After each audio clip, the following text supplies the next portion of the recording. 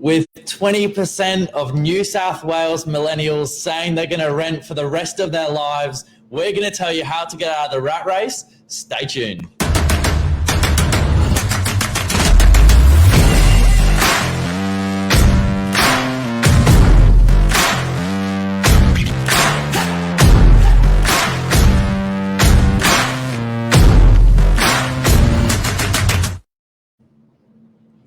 Good evening, Billy.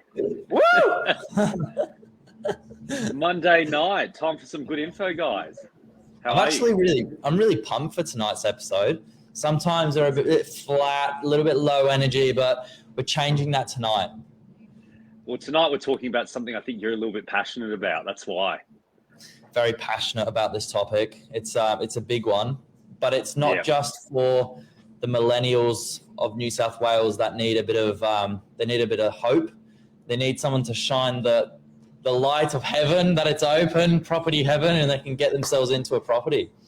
It's for anyone that's looking to get into a property because, look, the bottom line is it's not easy. If it was easy, everyone would do it, but it doesn't mean it's impossible. There are ways that you can better position yourself to be able to get into it, and it's not necessarily going to happen overnight. It might take you a period of time, but there's definitely some fundamental steps we see some of these guys take to get themselves into a property. Yeah, that's it. I think the step one of all of this is just getting the dream alive. And then, the rest will follow. But there certainly is ways to make it easier for yourself. We're going to tell you a bit more about this tonight. And I think although we're passionate about this topic day in, day out, it did hit me. I had a really touching conversation with a lady today. She's recovered from some illness. She's getting herself out there into a property. She's got herself qualified for the shared equity scheme, so where she can go in partnership with the government on a 2% deposit up to a certain capacity, and get herself out of a rental which she's always been in. So she's a first home buyer at the age of 55, which is amazing. Really, really amazing to see. And to be a part of someone's journey along the way is, it's important why we're talking about it tonight. Well, it just shows that it's not only just for the young people out there. You can be at any stage of life wanting to jump into a property. And it's not like buying a property is not necessarily for everyone. Like some people do like the idea of renting because they have the flexibility. They don't like the stress of having a mortgage. There's nothing wrong with renting. But for someone that goes, I want to get out of that rental market, I want to jump on, I want to own the property, whether it's from a financial standpoint of obviously trying to build equity and grow and go that way, or just because you're the one that owns it, so you get to make the decision that it's your call. The hardest step is that first step. The hardest step is getting into that first property, because once you're on it, you're on that merry-go-round. The market goes up, the market goes down. You're at least on it. So that way you can start to grow from there, upgrade your properties down the track or whatever it might be. That's it. And I mean, it is tricky. Where do you begin? I think, as you said, that dream's got to be sparked from somewhere. And it's different for everyone. For some people, it's moving out of home. It's as simple as trying to just find something out of the nest, mum and dad's nest. For other people, it's about setting themselves up. And for other people, it's about, new beginnings. Yeah, exactly. And I think as well, part of that first step's the vision. I think the second step behind that is look at people that are where you want to be. So talk to people, not your mate that's giving you advice that has never bought or sold a property and yet knows everything about the property market. Speak to people that have bought and sold properties, or someone that maybe is a couple of years ahead of you in life, or someone that's at the end of their journey and they can tell you what they did at the beginning. Find someone that you can sort of look up to and ask those questions, because it's not rocket science behind it. And there's sort of, I guess, success leaves clues. And to follow that same steps that someone else has taken will definitely set you in that right path. Yeah. So I can feel the question on everyone's tongues. What are the steps? And the short answer is there is no A to Z. However, we have simplified it as much as possible. And we're going to leave you with an asset tonight that we can send through to you, hard copy. Drop us a private message, give us a call tonight or tomorrow morning, or we can send you the soft copy. We've put together a first home buyer guide. Brilliant. off the back of our first home buyer summit that was taking place in the office the other night. And this will give you as good as you can get an A to Z, a step 1 to 10 on how to buy your first property. But I think take us away, Billy. Take us away. So I think the first thing is it's all about the team, getting your team around you. And once you've got the vision, the team follows in, alongside that. Getting a good broker, getting a good mortgage broker, getting a good solicitor, and kind of, as you said, someone that's in a similar path to you, maybe a year or two ahead of you, but not too far in advance where they bought their first property 20 years ago. If you don't have family, that could be an agent. I'm happy to be that person for any first home buyers out there. I bought my first property about 18 months ago. And I feel like I've sort of learned enough from my first experience where I can help people, new to that journey. But I'm not too far advanced where I've lost touch of what it feels like. Yeah, lost in touch with those emotions as well, because that's a big thing. Based off the back of what you just said, Billy, the biggest advice I can give to that first step for people is don't go for the cheapest solicitor, guys. You want good people in your corner. You want a good mortgage broker, someone that comes highly recommended, someone that does a lot of transactions with people. Same with your solicitor as well, or conveyancer. The difference between a good or a shocking conveyancer literally could only be a couple $100 difference. Don't save on the couple $100. Go for someone that's got the quality behind them. It will save you thousands upon thousands of dollars in the long run. 100%. Yeah, 100%. Step 2, so to speak, is getting together either a deposit or a bit of a saving plan. Now, that could be as simple as working with whatever income you've got at the moment and just putting a percentage away. Keep it something that's achievable, sustainable, and when you meet that mark every week or month, you're excited about it because it gets you closer to your property and you're not sort of over committing yourself where you feel like you're letting yourself down.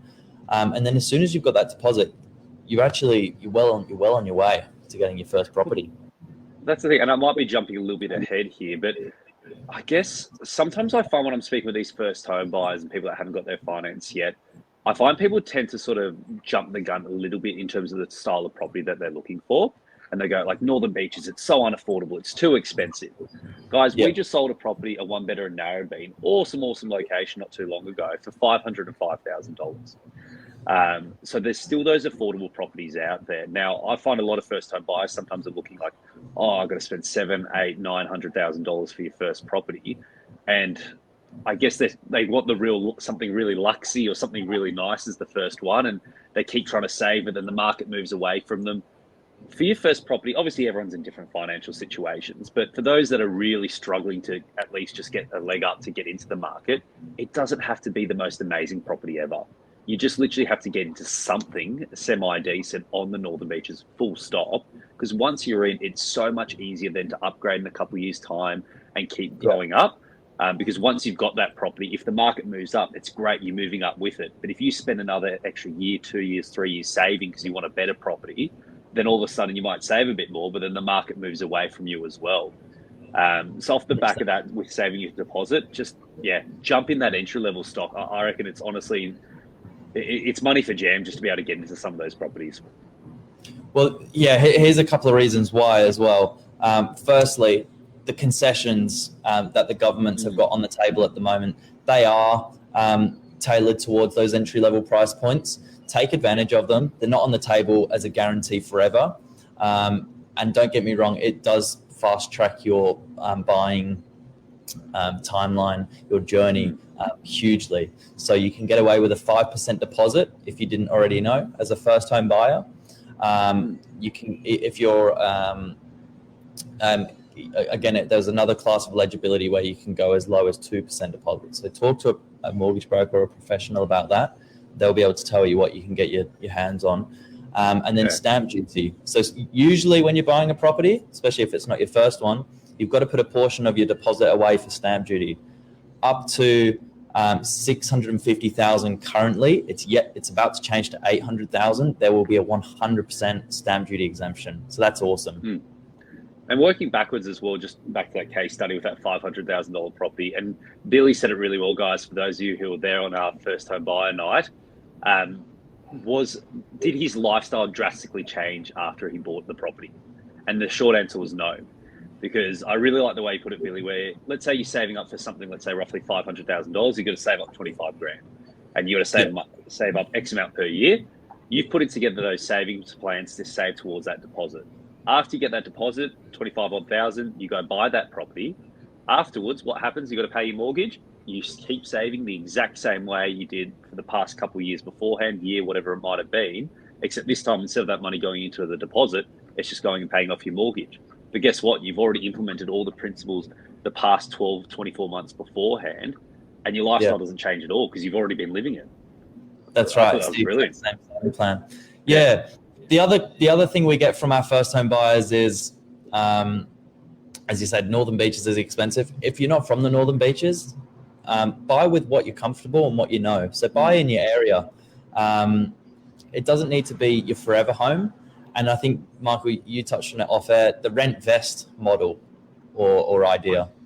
Yeah, I think it's brilliant. So let's say for example, you're someone in a position that you're a family, you've got a kid and you guys need a 2-bedroom apartment. There's no way you can go into a 1-bedder, but you can't afford a 2-bedder yet. So you're like, well, we're just stuck, we've got to rent. Instead of just doing that and going, no, we're not going to be able to buy a property, go rent a 2-bedroom apartment, go rent something that suits your family's needs. And then with your money that you'd be hopefully saving up for a deposit towards buying a property, can't afford a 2-bedder yet, that's fine. Go buy a 1-bedroom apartment. Rent out the 1-bedder, at least you're on the merry-go-round. Rent where you want to live, buy what you can afford, and at least then you're in the market. So that way, as time goes on, the property goes up in value, and we all know the story. Use the equity, go buy something else, whatever you want to do. But don't hold yourself back from it. And I think rent investing is another great strategy. Once again, speak to your financial advisor. Everyone's got different financial positions, but it's good for something, I think, for a lot of people to entertain as well, where they think, oh, I just can't afford to buy what I need to live in. Yeah. And finally, don't worry about finding a 10 out of 10 property. And what I mean by a 10 out of 10 doesn't exist. Ticks every single box.